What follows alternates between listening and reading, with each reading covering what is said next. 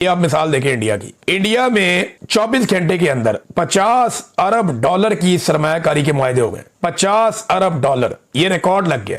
और इंडिया की जो जीडीपी है वो इतनी तेजी से ग्रो कर रही है कि वो 8.2% तक जो इसकी ग्रोथ है जीडीपी की वो बढ़ने जा रही है। भारत जापान को पीछे छोड़ते हुए दुनिया की चौथी सबसे बड़ी अर्थव्यवस्था बन गया है। भारत की जीडीपी 4.18 ट्रिलियन अमेरिकी डॉलर तक पहुंच गई है। पाकिस्तान की बेहतरी के लिए दिए कि साइंस एंड टेक्नोलॉजी में हमें भी उतनी तरक्की करनी चाहिए जितना कि हमारा रिवायती रिफ हमसे बेहतरीन तरक्की कर रहा है, हमसे थोड़ा सा आगे है।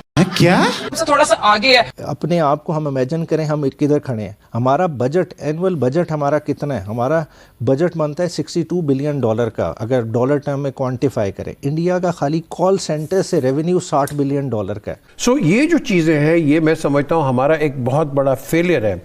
मैंने उसका कंपैरिजन तो नहीं बनता, अफसोस तो होता है। मेरे जैसा बंदा देखता है कि यार देखो भारत अपने डिप्लोमेसी के इतने पीक पे जा रहा है, हम कहाँ है। हालांकि कंपैरिजन तो नहीं करना चाहिए, बनता ही नहीं, कंपैरिजन बनता ही नहीं। मैंने कहा यार पाकिस्तान से कंपैरिजन बनता नहीं है। हमारा कंट्री जो है वो कर्जों पे है, इमदादों पे है, लूट मार है। और मुझे बड़ा दुख होता है जब मुझे किसी अच्छी चीज पर किसी की तारीफ करनी पड़े, वो भी इंडिया जो कि रिवायती रिफ है। लेकिन हम चूंकि सच बोलते हैं मस्त जोक मारा। और बतौर मुसलमान मैंने सच बोलना सीखा, जहाँ दुश्मन की भी तारीफ है मैं करती हूँ। तो मैं ये चाहती हूँ कि इस तारीफ को पहुंचाने का मकसद ये नहीं है कि मैं इंडिया की तारीफ कर रही हूँ। अरे कहना क्या चाहते हो? इस तारीफ को पहुंचाने का मकसद ये कि हमारे यहाँ लोग महसूस करें कि हम उनसे बेहतर परफॉर्म कर सकते हैं,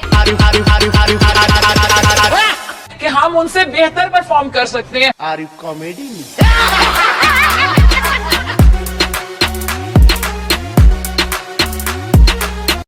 कि पाकिस्तान के पास जितना भी पैसा पड़ा हुआ है उसमें ज्यादा पैसा दूसरे दोस्त ममालिक का है, पाकिस्तान का वो पैसा नहीं है। 16 अरब डॉलर के आसपास पैसे पाकिस्तान के ज़र मुबादला के ज़खायर में पड़े हुए हैं पाकिस्तान के कौमी खजाने में। और इन 16 अरब डॉलर्स में से 12 अरब डॉलर से जायद रकम हमने दोस्त ममालिक की रखी हुई है, बाकी थोड़ी सी रकम पाकिस्तान की है। और रोल ओवर करने के चक्कर में पाकिस्तान अब कर क्या रहा है? पाकिस्तान अपने असासे दोस्त ममालिक को दे रहा है। अगर पाकिस्तान इसी तरह अपने असासे दोस्त ममालिक को देता रहा तो पाकिस्तान के साथ क्या होगा ये मैं आपको आगे चल के बताता हूं, लेकिन पहले ये डाटा देखें। ये एक रिपोर्ट आई है, ये डॉन की रिपोर्ट है। रिपोर्ट के मुताबिक साल 2022 से अब तक कुल 25 गैर मुल्की कंपनियां पाकिस्तान से या तो अपना कारोबार मुकम्मल तौर पर लपेट कर या अपने शेयर्स बेचकर जा चुकी हैं या अपने ऑपरेशंस में बहुत हद तक कमी ला चुकी हैं। मौजूदा साल 2025 में अब तक 5 गैर मुल्की कंपनियां पाकिस्तान से जा चुकी हैं। पाकिस्तान से कारोबार लपेटने वाली गैर मुल्की कंपनियों का ताल्लुक energy, pharmaceutical, engineering, chemicals, transport,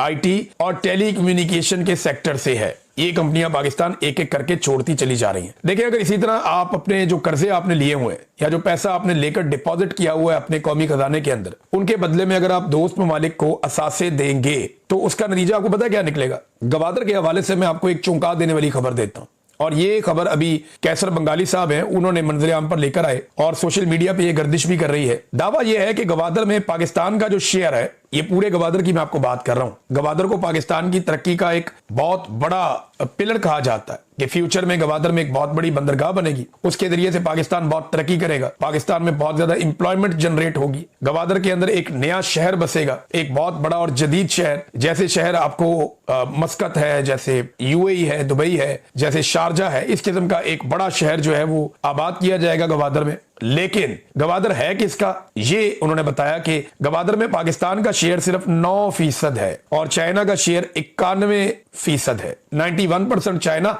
9% Pakistan. और अगर चाइना ने किसी वक्त पाकिस्तान से पैसे मांगे तो थोड़े पैसों के एवज सारा का सारा गवादर चाइना का हो जाएगा। अगर ये सारा गवादर चाइना का हो जाता है, यही गारंटी पाकिस्तान की हुकूमत ने दी है ना, तो फिर आपको गवादर खाली करना पड़ जाएगा। बिल्कुल वैसे ही जैसे श्रीलंका में और बांग्लादेश में उन्होंने अपने पोर्ट और बड़ी अहम जगह जो है वो सारी की सारी चाइना को दे दी, इसी तरह आपको पूरा गवादर चाइना को देना पड़ेगा। फिर चाइना बन जाएगा गवादर का मालिक और आप हाथ मलते रह जाएंगे। ये पाकिस्तान के हुक्मरानों ने पाकिस्तान के साथ किया। ये पिछली 1.5 दहाई का सारा किस्सा है। 15-20 साल के अंदर ये पाकिस्तान के साथ खेल इन्होंने खेल दिया। नादरीन, ये सब फ्रॉड है। अवाम की तरक्की के लिए ये हुकूमत कुछ नहीं कर रही और जब आप इकदाम नहीं करते तो फिर आपके साथ यही होता है। आप इंडिया की मिसाल ले लेना, ये आप मिसाल देखें इंडिया की। इंडिया में 24 घंटे के अंदर 50 अरब डॉलर की सरमायाकारी के मुआहदे हो गए। 50 अरब डॉलर, ये रिकॉर्ड लग गया। 24 घंटे के अंदर इंडिया ने दुनिया से 50 अरब डॉलर के सरमायाकारी के मुआहदे कर लिए। और इंडिया की जो जीडीपी है वो इतनी तेजी से ग्रो कर रही है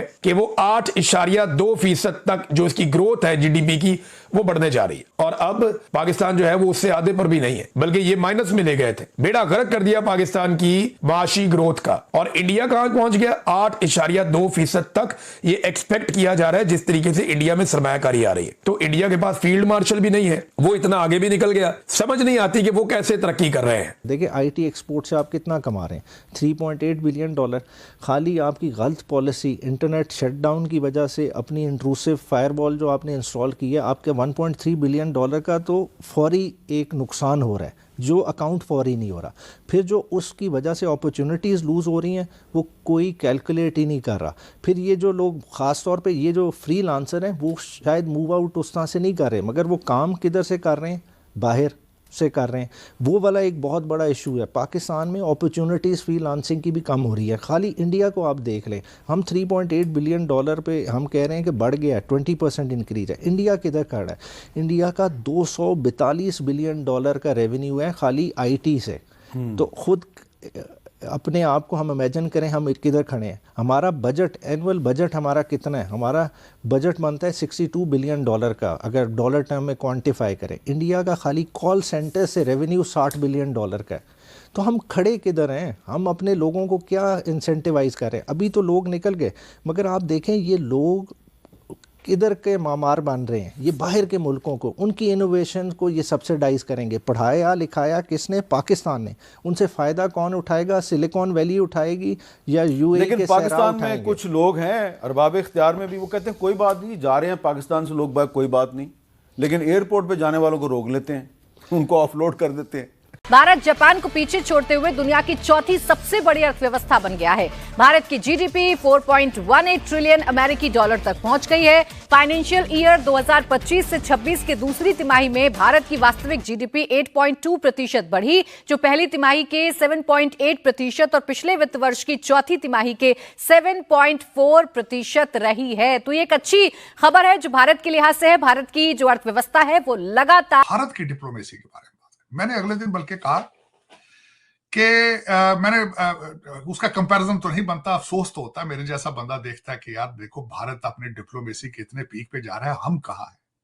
हालांकि कंपैरिजन तो नहीं करना चाहिए, बनता ही नहीं, कंपैरिजन बनता ही नहीं। आज भी मैं एक जगह बैठा था दोपहर को, एक मीटिंग में, तो किसी ने कहा यार, मैंने कहा यार पाकिस्तान से कंपैरिजन बनता नहीं है। हमारा कंट्री जो है वो कर्जों पे है, इमदादों पे है, लूट मार है। आप रिसेंटली इत्तेफाक हुआ है कि 22,000 ब्यूरोक्रेट डुअल सिटीजन है। भारत के अंदर ये चीजें नहीं। भारत के पिछले 5 वजीर आजम कहां थे? भारत के अंदर होंगे। पिछले 5 चीफ जस्टिस कहां होंगे? भारत के अंदर होंगे।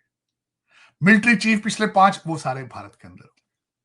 हमारे सिटिंग जो है वो पाकिस्तान के अंदर नहीं है। मैं इस वक्त बता सकता हूं कि आपके कितने जजेस, चीफ सुप्रीम कोर्ट के जजेस के इनके बच्चे कहां हैं।